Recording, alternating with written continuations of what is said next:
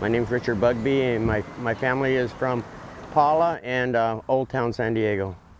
And we're here at Paula right now, and I was visiting my ancestors in the graveyard at the mission here. I'm Luiseño or Payonquechome, and Payonquechome actually encompasses both the Luiseño and the Juaneño tribes. And we were one people at once, and we got divided by two different missions, Mission San Luis Rey for the Luiseños and Mission San Juan Capistrano for the Juaneños. Actually, the Juaneños, or the Hashimam, which are known now, are learning their language from the Luiseño language because it's just a different dialect from our language. Payonquechome means the people of the West. This is probably the most western of the reservations, or at least the federally recognized reservations. There is another group of Luiseños called the San Luis Rey Band of Mission Indians, which are associated actually with the Mission San Luis Rey.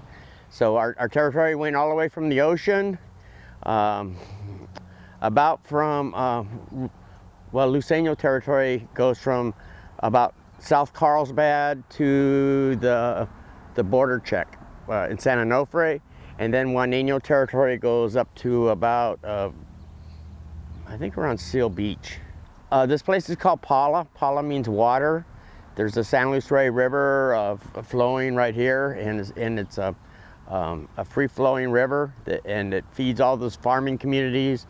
Right now, tribes have water rights that are along this river, and but in ancient times, water was always a necessity for to live. It was a part of processing our food. You need water to drink, so water is a very important resource.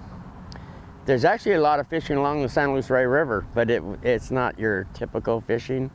I remember 20, 30 years ago, I was up at La Jolla Reservation at their campgrounds, and I was on the river there, and I was watching these people fishing with the fishing poles, and had their lines, and they're just sitting there waiting for something to happen. And then two Indian men went walking down the river, and two Indian women were on the shore, one on each side with gunny sacks. And the men were just reaching in the rocks and pulling out these catfish and throwing them on the shore, and the women were putting them in the bags. And they caught like 4 or 5 fish as they passed these fishermen, and the fishermen would look at their poles and look at the water and look at their poles. So our way of fishing wasn't real patient all the time. But we made abalone fish hooks, stringed on strings, and we would fish, well, in the lagoons, and then we did go in the ocean. We had, again with Thule boats, but they had a willow reinforcement frame. So it was actually a frame built out of willow branches, or not branches, but wood, and with the bundles of Thule tied on to the frame. So it wasn't this floppy, it was more sturdy, and it was ocean going.